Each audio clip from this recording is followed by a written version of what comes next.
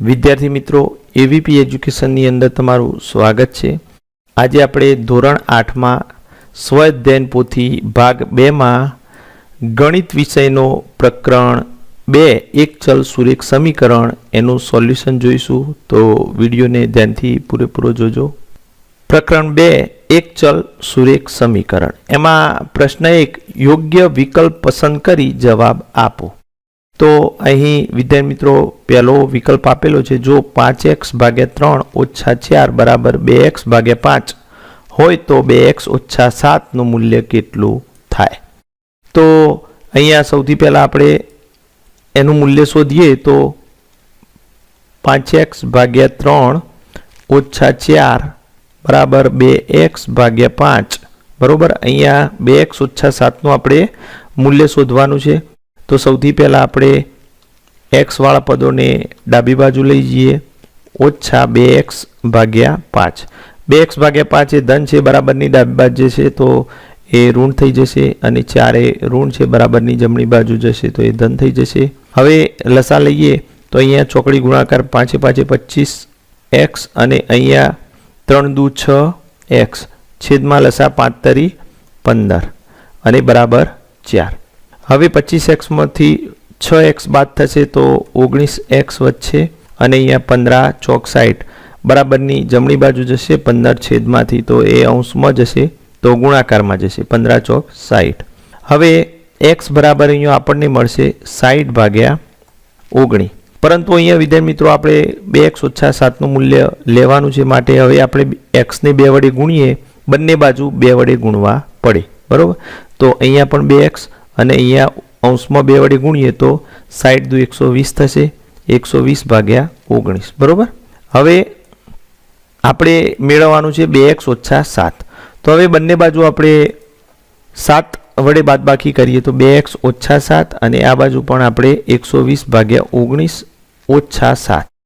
તો અહીં આપણે 2x ઓછા 7 નું મૂલ્ય મેળવવાનું છે, માટે હવે અહીંયા આપણે ક્રિયા કરીએ તો અહીંયા લસા લેવો પડે તો લસા 19 થશે, માટે અહીંયા ઉપર નીચે 19 વડે ગુણવા પડશે, તો 19 તો 133, તો અહીંયા થશે 120 ઓછા 133 અને છેદમાં લસા 19। હવે વત્તા ઓછા ઓછા માટે બાદબાકી થશે, 133 માંથી 120 બાદ થશે તો 13 વચ્ચે મોટી સંખ્યા ઋણ માટે માઇનસ અને છેદમાં 19 બરોબર। તો 2x ઓછા 7 આનો જવાબ આટલો આવે બરોબર, માટે -13 ભાગ્યા 19 એ એનો જવાબ આવશે બી। અહીંયા બી જે છે એનો જવાબ આવશે। એના પછી બીજો વિકલ્પ, નીચે આપેલ પૈકી કયું સુરેખ સમીકરણ છે? તો વિદ્યાર્થી મિત્રો સુરેખ સમીકરણ એને કહેવાય કે જે સમીકરણની અંદર ચલ હોય એ ચલનો ઘાત 1 હોવો જોઈએ તો એ સુરેખ સમીકરણ કહેવાય। અહીંયા જે ચલ છે એનો ઘાત 2 આપેલો છે, માટે આ સુરેખ સમીકરણ ના હોય। અહીંયા પણ ચલનો ઘાત 2 છે, માટે સુરેખ સમીકરણ ના કહેવાય। અને અહીંયા તો સુરેખ સમીકરણ કહેવાય જ નહીં, કેમ કે આ અચળ સંખ્યા છે અને અહીંયા સમીકરણ જ નથી, આ એક પદાવલી છે બરોબર। એટલે આ 3માંથી એક પણ નહીં આવે, જવાબ આવશે ડી। અહીંયા આ છે એ આનો ઘાત 1 કહેવાય, અને આ સમીકરણ પણ છે એમાં સમતાનું ચિહ્ન છે, માટે આપણો જવાબ આવશે ડી। ત્રીજું, જો x બરાબર a તો કોઈ પણ પૂર્ણાંક સંખ્યા k માટે નીચેના પૈકી કયું હંમેશા સાચું નથી? તો k એ પૂર્ણાંક સંખ્યા છે, માટે અને અહીંયા x બરાબર a, તો હવે x બરાબર a હોય તો અહીંયા k વડે બંને બાજુ ગુણ્યા છે તો આ સાચું હોય, પૂર્ણાંક સંખ્યા વડે ગુણી શકાય કોઈ સમીકરણને। પરંતુ અહીંયા કોઈ પણ પૂર્ણાંક સંખ્યા એટલે કે પૂર્ણાંક સંખ્યાઓ જે છે કે એ બધી પૂર્ણાંક સંખ્યાઓ વડે આપણે કોઈ પણ સંખ્યાને ભાગી શકતા નથી, કેમ કે પૂર્ણાંક સંખ્યાઓની અંદર શૂન્ય પણ હોય છે, માટે બધી જ પૂર્ણાંક સંખ્યાઓ વડે આપણે ભાગી શકતા નથી, માટે હંમેશા સાચું હોતું નથી। એટલે કે બી છે એ હંમેશા સાચું હોતું નથી, માટે આપણો જવાબ આવશે બી। છેદમાં શૂન્ય આપણે લઈ શકતા નથી। એના પછી પ્રશ્ન 2 ખાલી જગ્યાઓ પૂરો, તો એમાં ચોથી ખાલી જગ્યા આપેલી છે, સુરેખ સમીકરણમાં ચલની મહત્તમ ઘાત ખાલી જગ્યા હોય છે। તો હમણાં જ શીખ્યા વિદ્યાર્થી મિત્રો, સુરેખ સમીકરણમાં ચલની મહત્તમ ઘાત 1 હોય છે। અને પાંચમું, 3x ઓછા 4 બરાબર 1 ઓછા 2x નો ઉકેલ ખાલી જગ્યા છે। તો એ આપણે આ સમીકરણનો ઉકેલ શોધવાનો છે, તો એ આપણે શોધીએ। 3x ઓછા 4 બરાબર 1 ઓછા 2x. ચલને આપણે બરાબરની ડાબી બાજુ લઈ જઈએ તો આ ઓછા 2x છે, આ બાજુ આવશે તો વત્તા થઈ જશે, અને અહીંયા -4 છે, બરાબરની જમણી બાજુ જશે તો એ પણ વત્તા થઈ જશે. અહીંયા 1 તો ધન છે. 3x વત્તા 2x એટલે 5x, અને 1 વત્તા 4 એટલે 5. હવે અહીંયા 5 ગુણાકારમાં છે માટે બરાબરની જમણી બાજુ આવશે તો એ છેદમાં આવશે. 5 એકા 5, તો x બરાબર આપણને મળે 1. બરાબર, તો અહીંયા આપણને ઉકેલ મળશે વિદ્યાર્થી મિત્રો 1. અહીં લખવાનું છે 1.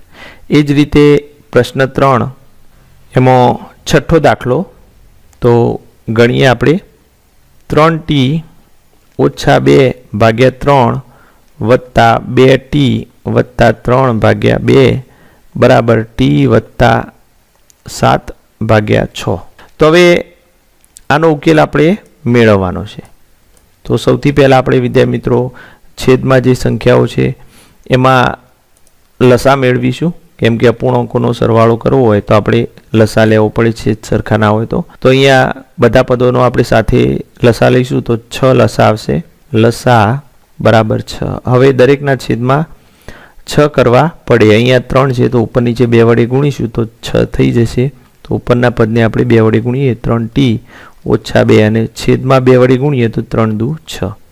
એ જ રીતે અહીંયા ઉપર નીચે 3 વડે ગુણીશું તો છેદમાં 6 થઈ જશે, 3 દુ 6. તો ઉપર આપણે 3 વડે ગુણીએ તો 2t, અહીંયા 2t વત્તા 3 અને છેદમાં 6.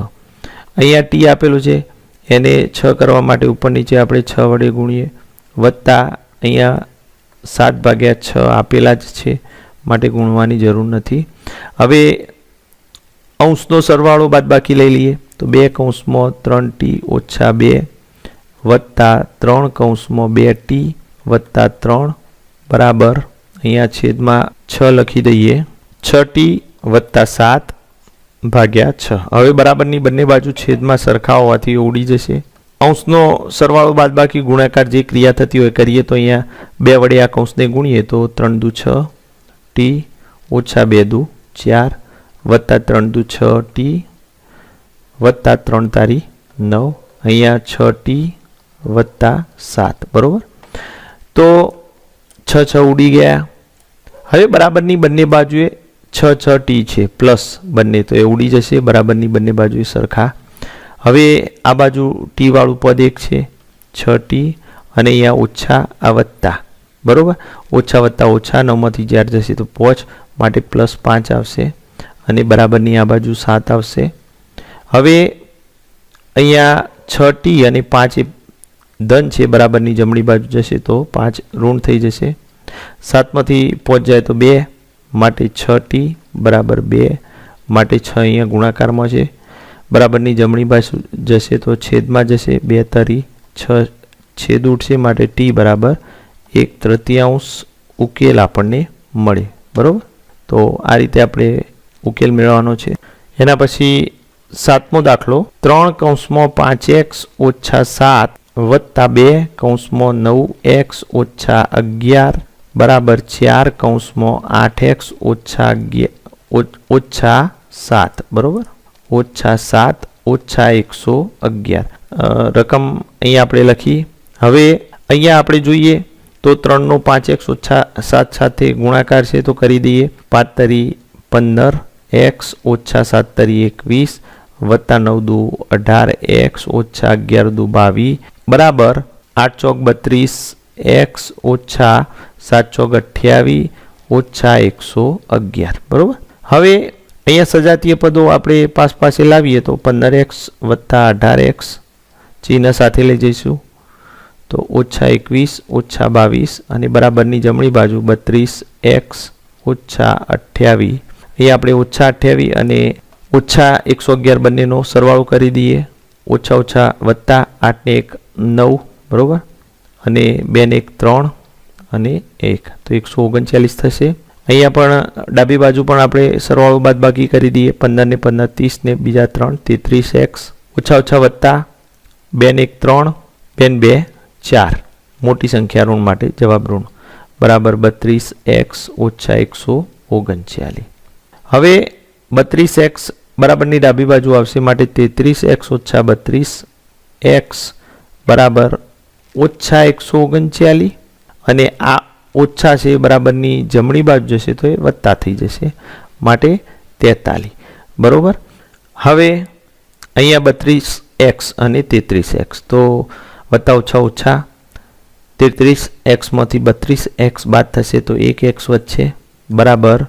અહીંયા ઓછા વત્તા ઓછા 139 ઓછા 43 કરીએ બાદ બાકી કરીએ તો અહીં આપણને મળશે 96 અને મોટી સંખ્યા ઋણ છે માટે જવાબ ઋણ.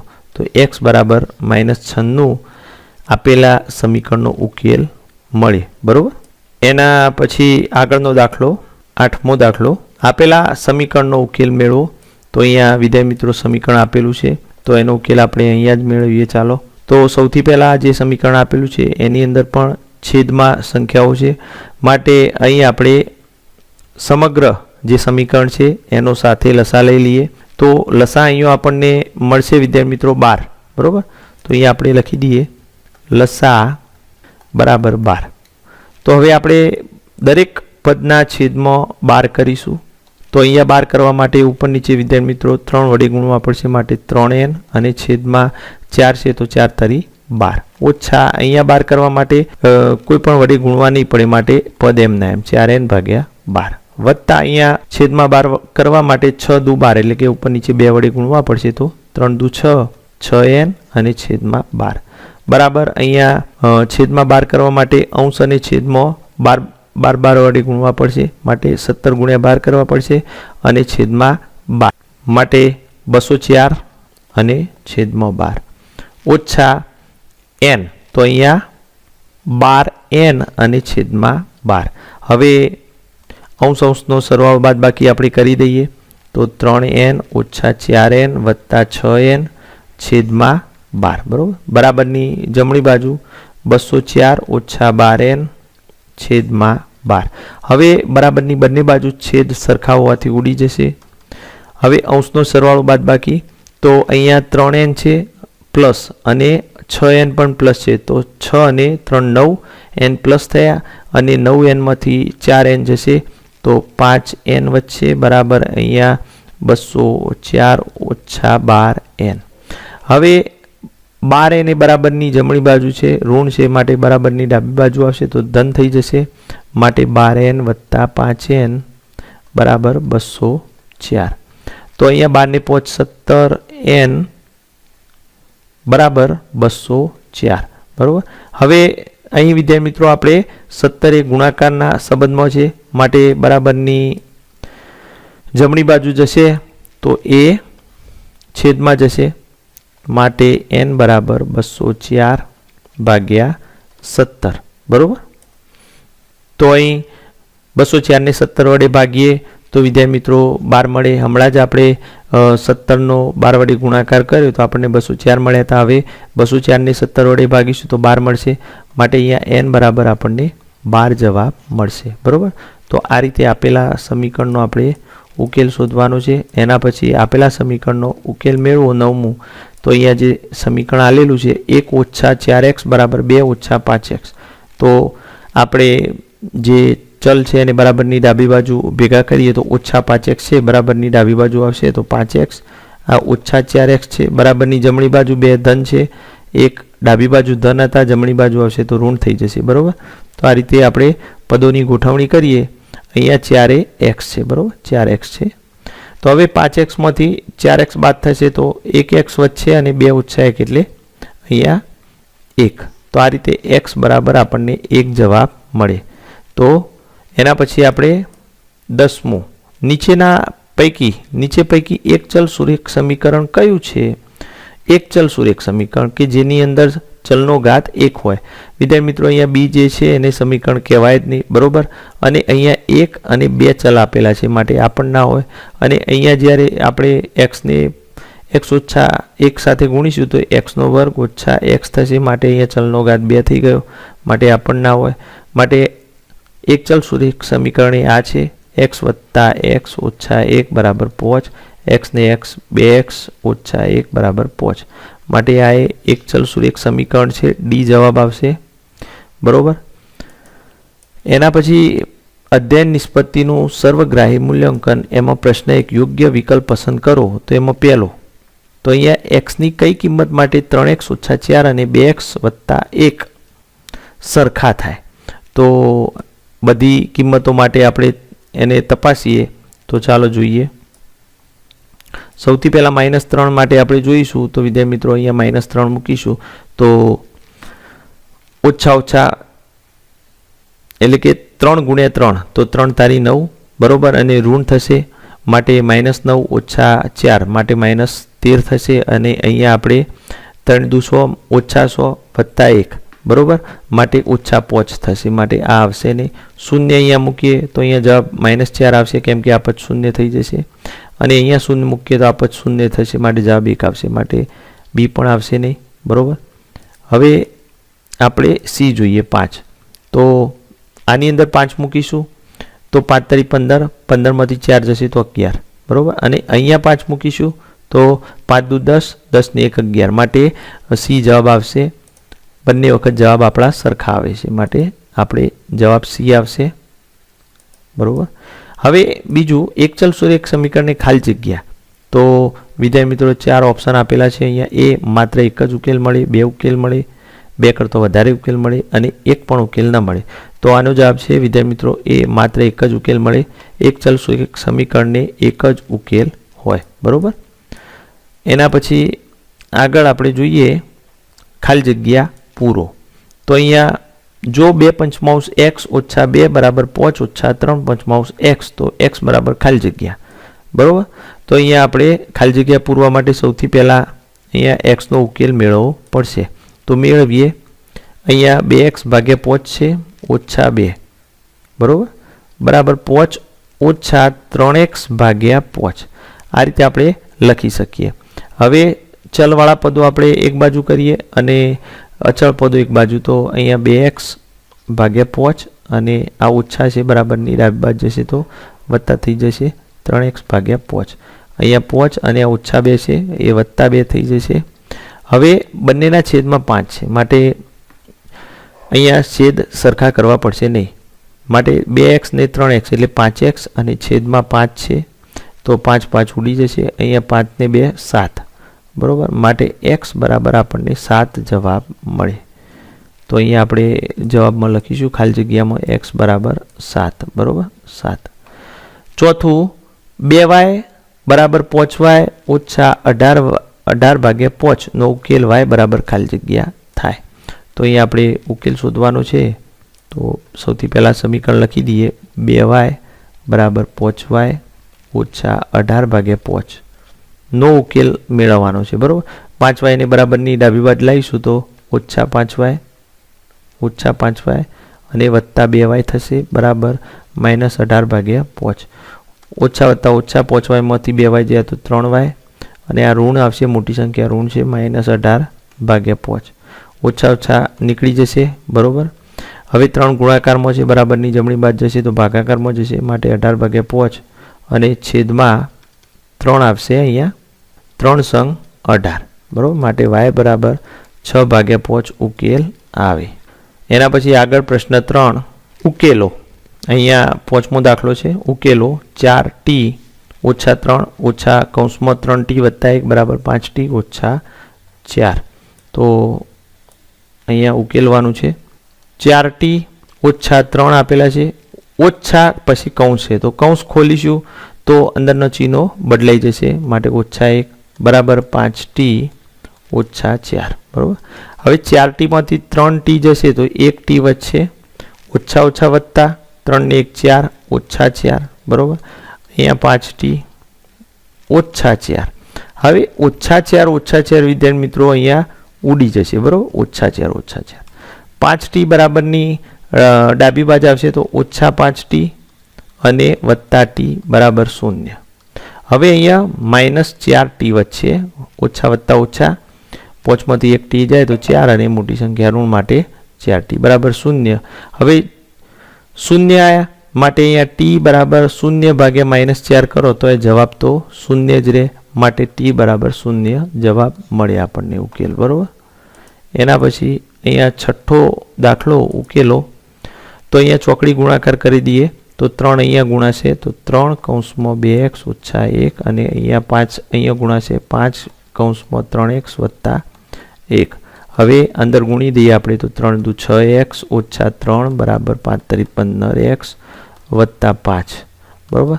હવે 15x ને બરાબરની આ બાજુ લાવીએ તો ઓછા 15x વત્તા 6x ઓછા બરાબર અહીંયા 5 છે અને ઓછા 3 એ બરાબરની જમણી બાજુ લઈએ તો વત્તા થઈ જશે.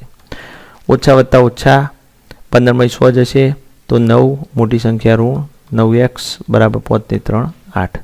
માટે અહીંયા વિદ્યાર્થી મિત્રો x બરાબર -8 ભાગ્યા 9 જવાબ આવે. અહીંયા 9 એ બરાબરની જમણી બાજુ છેદમાં જશે અને ઋણ ચિહ્ન પણ આ બાજુ આવી જશે. માટે x બરાબર 8 ભાગ્યા 9 જવાબ આવે. તો આ રીતે વિદ્યાર્થી મિત્રો આપણે સોલ્યુશન કરવાનું છે. આગળના વિડીયો જોવા માટે ચેનલને સબસ્ક્રાઈબ કરો.